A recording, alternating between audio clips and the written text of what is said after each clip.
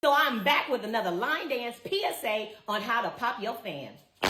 Y'all gonna learn today, y'all, okay? You actually did your part, you guys. You actually watched my tutorial on boots on the ground. You learned how to do the dance. You got your fans, and now it's time to learn how to properly pop your fan, okay? I'm a little hesitant though, y'all, but I'm a woman of my word, so I said I would and I will. Why am I hesitant, y'all? Because if you have seen what I have seen on these line dance streets, y'all would know. You would know it gets kind of dangerous. Y'all wilding out here. It's a little reckless. So you got to promise me a couple of things, you guys. Promise me that you're going to focus on being safe.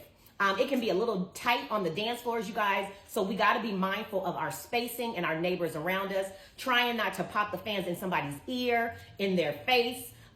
Making sure that you grip it properly, which I'm going to show you so that the fans don't go hauling across the room and hit somebody. I've seen it, y'all. I've seen it. So we got to be careful. So if you promise me that, I got you. Okay. So let's get to it. So before we do, make sure that you get to know your fan. This is the ending position, what it should look like once you pop it. Okay. There's two parts to the fan. You have the fabric and you have the frame of it. Some people call these pieces the stem, the rib, the base.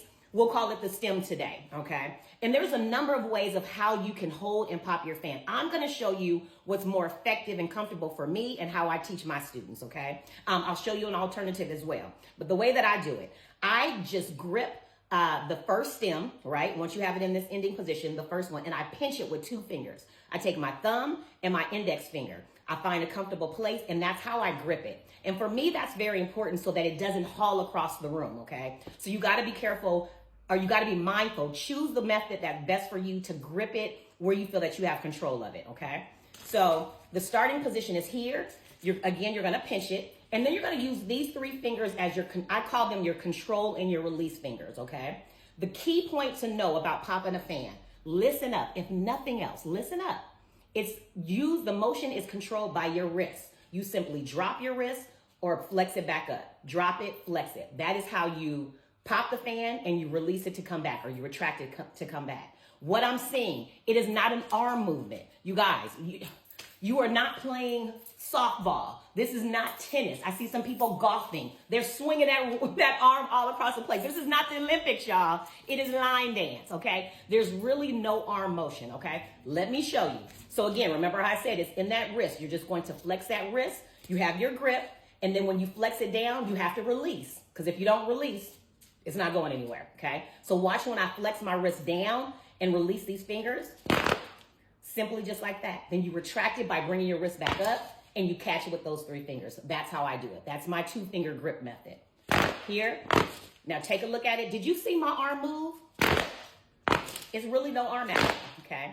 Then you're wondering, well, can it be louder? Yes. The way that you make it louder is just give it a little bit more thrust in your wrist. Listen up.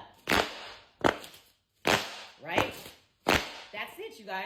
Just as simple as that. And you don't really have to do a lot of arm movement, like I said, okay? The other method, I see a lot of people, they actually put it in the palm of their hand. So if you kind of take the butt of the fan and really grip it or keep control of it by the palm, you're still going to grip it the same way with that thumb on that top stem like so, but it's really going to be sitting in the palm of your hand. You fan it out like this, and that's pretty much going to be it, right? So it's like this. And you still use those control and release fingers.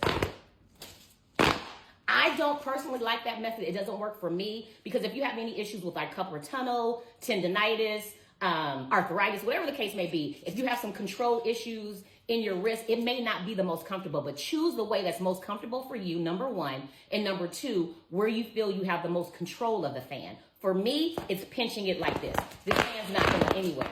If I grab it with these two fingers, it ain't going nowhere, no matter how much I throw it across the room. Some people, if I put it in the palm of my hands and do it like that, you can best believe it's going to fly across the room. But again, some people, that works for them. So you have choices. Do what's best for you. And that's it, you guys. Have fun with it. Practice. Stay tuned for other line dance PSA. More tips on your fan as well are coming. Let me know if you have any comments or questions. I got you, guys. Let's keep dancing. Come on, let's go.